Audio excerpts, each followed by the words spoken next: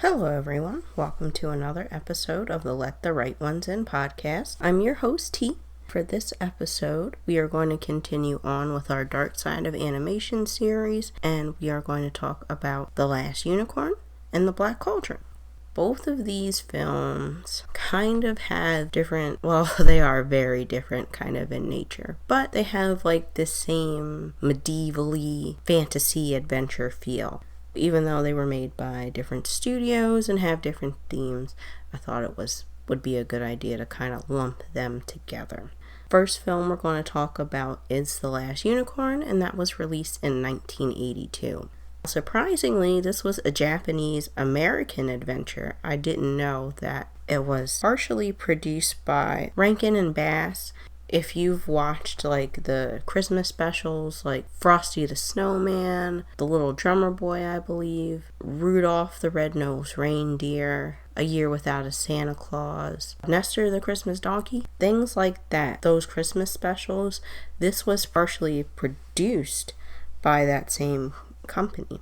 It was also animated by Topcraft, which the animators from there would eventually go on to animate for Ghibli. Animators there did things like Nausicaa, Valley of the Wind, which is pretty cool. What the movie is about is this unicorn sees like this hunter and his companion in the woods, and he's like, oh, we can't hunt here because there's a unicorn here protecting the animals. We're not going to get any game. And he basically calls out to the unicorn, stay in the forest. There's no more of you. You're the last one. You have to stay and protect your forest. So the unicorn's like, I haven't seen any unicorns around either for a really long time. Shit, maybe I am the last one. She ain't say it like that, but So she does end up asking a butterfly that she encounters, like, hey, have you seen any more of me? Because I surely haven't. And the butterfly's like, oh, I've seen them around, but they've all kind of disappeared. They've been chased away by this red bull towards the ends of the earth. So the unicorn decides that she is going to go out and find them.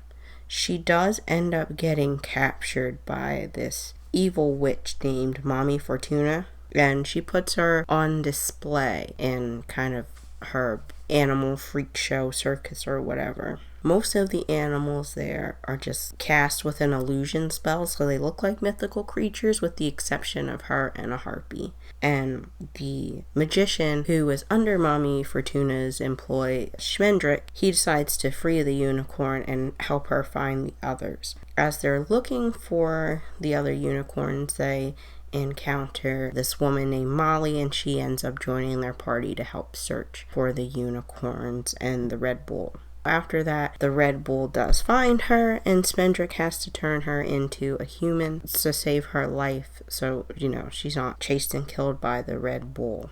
Once he turns her into a human, they sneak into the castle of the king, King Haggard, who is believed to have the unicorn somewhere. The rest of the movie is them getting into the castle and trying to find out what happened to the unicorns, while the unicorn who has been transformed and going by the name Amalthea, Lady Amalthea, going by that name in the castle, deals with now being a unicorn trapped in a human woman's body. Overall, it's a pretty good movie, but there's some issues, like the pacing sometimes kind of doesn't make sense. Like, it's pretty fast, and other things like the way the prince is trying to woo her in the castle, Lady Amalthea or the unicorn, the way he's trying to woo her, and she doesn't give him the time of day, but when they're super close to finding the unicorns, all of a sudden she's like, nope, I love you and I want to be human, so let's not do this, after pretty much telling him to fuck off the entire time. But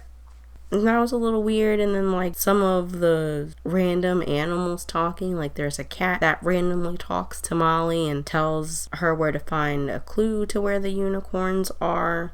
Then there's like this weird talking skeleton guy, but it's all kind of fantasy, so all of that's pretty forgivable, but the pacing does kind of stink. But other than that, it's a really good movie. The songs as well, kind of meh. The background songs are fine, but like the character songs, not so much. I could do without that. But as you may have guessed, kind of in my old age, I'm a little bit over all the singing and movies. So that could just be a personal preference.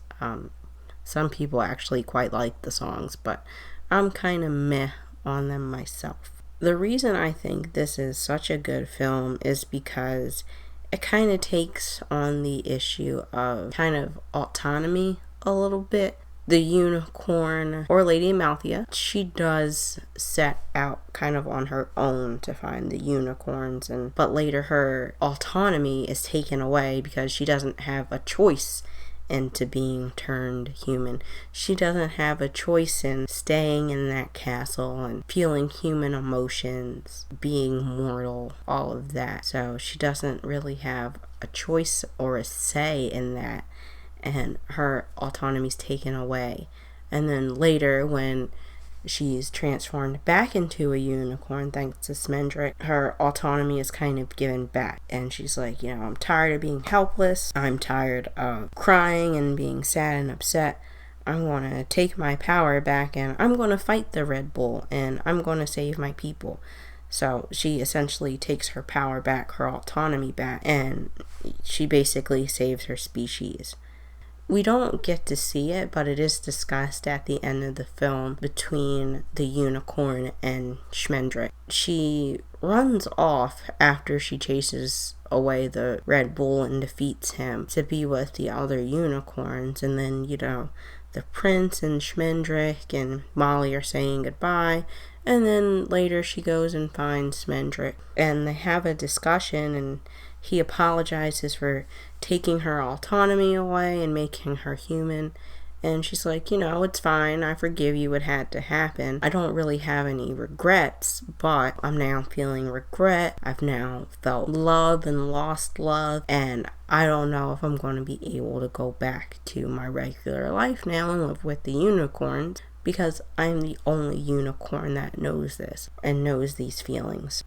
She's kind of thrust into having this otherness about her now, and she's not 100% sure if she's going to be able to live her regular life. And I think a lot of people who go through things like trauma or a change in their life kind of knows this feeling. It's like, well, shit, how can I go through the rest of my life now? How can I be normal or have some sense of normalcy with everything just kind of taken away from me and fuck? And now I'm different from everyone else. How am I going to be able to manage?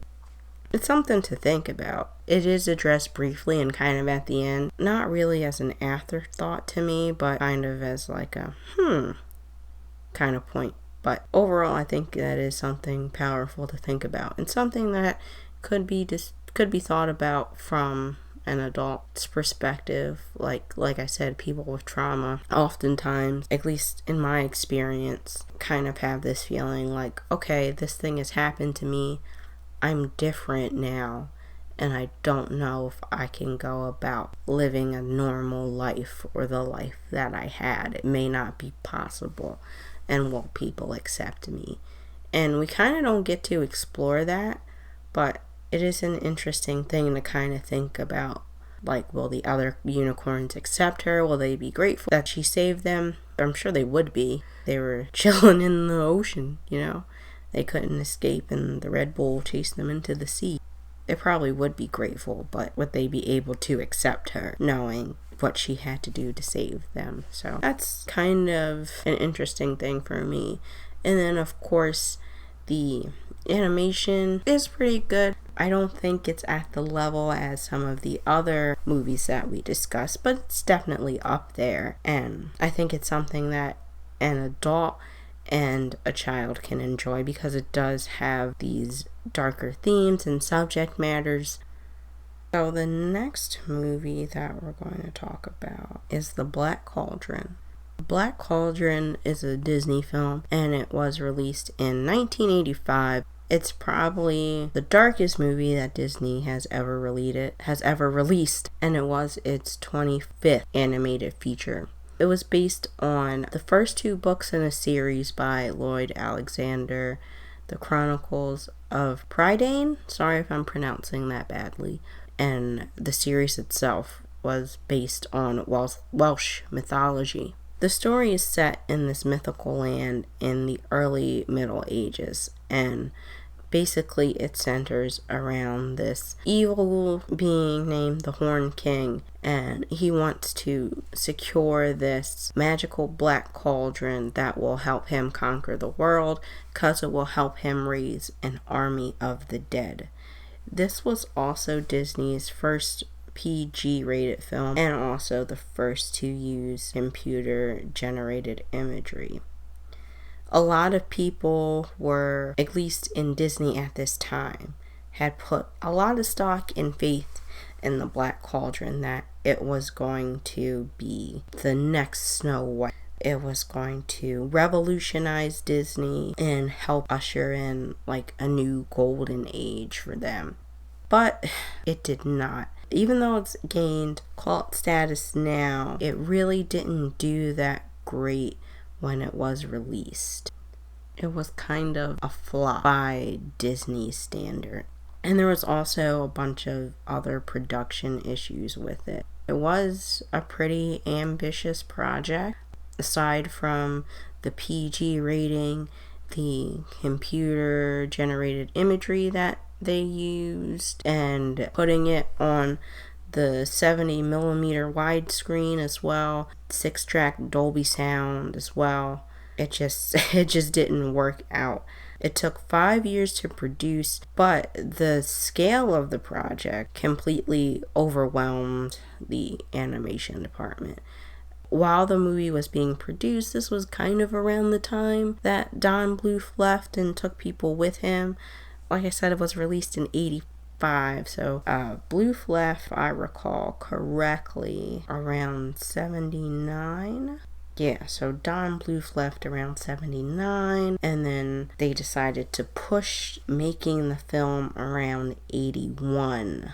But like I said, the scope of it caused a lot of issues for the department. With the layout, they didn't match the 70mm format that they had used in Sleeping Beauty that they were going to use for this one. And they didn't notice that until after they were drawing the scenes in the wrong dimension for weeks. They were also going to do like this big holographic sequence for the Horned King, but that ended up getting scrapped because they couldn't find something that wouldn't be as costly, so they had to scrap that. The other issue that they had with the production was there was a 10-week animator strike in 1982 that pushed things back, and then there was also some issues in the fall of 1984 where Michael Eisner was taking over Disney, and the person that he picked as chairman, Jeffrey Katzenberg, neither of them really cared for the movie and what they were going for.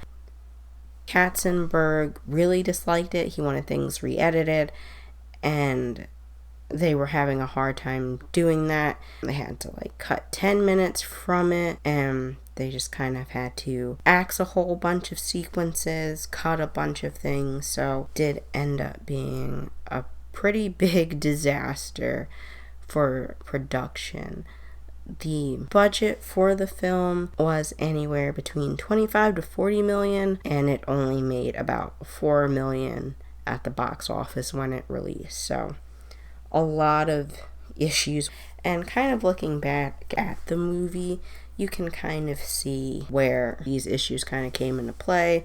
Some of the cuts and the pacing is a little off, and then also the Horned King, as terrifying as he looks, he just kind of sits on his ass and bosses people around. So not the most compelling villain in Disney history, but it's still a pretty good movie. Anyway, basically what the movie is about is, like I said, in this mythical, medieval, middle-aged land, there's this boy named Taran who's an assistant pig keeper on a small farm. And when the farmer hears that, well, he's not really a farmer, he's like an enchanter, so he, does magic and shit on this farm. Anyway, when he hears that the Horned King is searching for the Black Cauldron, he's concerned that he's going to take a pig from the farm, Henwin, who has oracle powers, and she's able to see the cauldron. So the enchanter instructs Taryn to take Henwin away to safety so that she's not captured by the Horned King, to help him in his endeavor of getting the cauldron. Eventually, as he's still doing this errand, Taryn kind of gets distracted, and Henwin does get captured by the Horned King's men. So he goes to the stronghold to rescue the pig, but on the way he encounters like this creature called Gurgi. Gurgi is hard to describe. It's kind of like a human dog thing. I don't know how to describe Gurgi, but he's a weird looking thing. So anyway, Gurgi and Taryn, they follow and get to the stronghold where Henwin is, and while there they see a princess there named Alongwi, and there is also kind of like a bard there as well named Fluffeldor. So 3 of them escape the stronghold, and Taryn takes the king's sword kind of as protection. As they're going to find Henwin and rescue her, because she did escape during this whole rescue mission. So they're like, fuck, we're pigless now. So they do follow her trail, and they stumble upon this group of fairy folk who are protecting the pig. The king of the fairies, he tells them that he knows where the cauldron is. Taryn's like, well, we gotta go destroy it. So he tells them that it's in a marsh that's protected by three witches, and they're holding on to it. What Taryn does is they have to agree to a trade with the witches. So he trades the sword, and after the trade is done, the witches are like, oh, by the way, this thing is indestructible. Good luck. And yeah, so the Horned King and his men, they do eventually capture Taryn and the others again. And the Horned King does use the cauldron to build up his army. And everything looks fucked, but Gurgi decides that he is going to get into the cauldron to destroy it, because that's the only way to destroy it. Someone has to like get inside of it of their own free will and, essentially die. Gurgi decides to take one for the team, and he does that, and the Horned King's army falls apart, and the Horned King does end up being defeated. At the end of that, the witches, they come back and they're like, well, we're going to take this. And Taryn's like, nah, you're not going to take it. We're going to trade. And so they trade to bring Gurgi back to life in exchange for the cauldron, and they kind of live happily ever after. Like, there's a bit more to it, but I kind of don't want to ruin it already more than I have. Overall, you can see from the plot that it is a sound story. Just the way it was executed is a little goofy, I think, in my personal opinion. Sometimes the pacing is bad, and Gurgi's kind of a weird character to me. Like, he's kind of like, it's kind of like Smeagol from Lord of the Rings, how he's just kind of creepy and weird, and sometimes he's on your side and other times he's not. So it's kind of like that. I'm kind of assuming that's what it was going for, but as a character, he's just kind of weird to me. But the Black Cauldron is really cool because it did have the PG rating, and it did go a lot darker than anything Disney had ever done at that time. Granted, it was to its detriment because it didn't do so well, but it is a cult classic now. Everyone loves the Black Cauldron. Well, not everyone, but it's definitely considered a classic. And, visually it is still pretty stunning despite kind of the messiness with the cuts and the Horned King not being that compelling of a villain. But overall, it's got some good messages in there. Friendship is definitely one of them. Dying for your friends, putting your life on the line for your friends. Being there for them and helping them when they need it. All relevant to not only children but adults. I feel like sometimes adults kind of neglect their friends. Like, they're just kind of like, oh, well, I'm busy. My life is my life. I don't have time for you. And it's important to kind of hold on and be there for your family and friends. It also has some pretty good message about bravery. Like, despite Taran not being able to come through and save the day and be the hero all the time, he did try. He did attempt to do that. He was brave and showed bravery by even knowing he's not really equipped to handle the job, to try the job anyway. And I think that's a good message for not only children but adults as well. We so often get stuck in these modes where we kind of lose our bravery and our nerve. Like, we don't want to take a step or do something outside of our comfort zone because we're comfortable there. We know what this is, and stepping outside of that could be detrimental. It could hurt us. We could not come out with the best result, so why even try?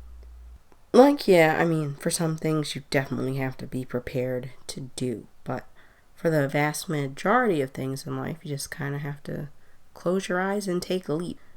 Not only does the Black Cauldron exemplify that as a message in the movie, but that's essentially what the whole production of the movie did. Like, it was a huge risk to want to go back to 70 millimeter like they did in Sleeping Beauty for the widescreen. It was a risk to make it PG and give teenagers something to want to watch. Like, they weren't going to want to be watching like Snow White and Cinderella and Sleeping Beauty forever. It was a way to kind of keep up with the times, and it was a really ambitious project, and even though it didn't pan out exactly in the way Disney wanted, it was still an ambitious work and it should be celebrated.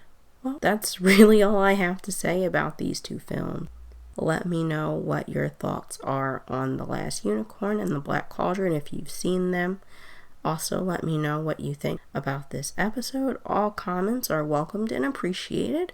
We will be finally wrapping this up with Akira in Perfect Blue. Yes, I know they're not really related, but we can make it work. We can get some parallels together with them, and hopefully I'll have M along with me to talk about those. So look for that coming next, and well, not next, but in the future. So look for that to be the next podcast in the future. Alright guys, I will see you next time. Thank you so much for listening. Bye. Bye, bye, bye.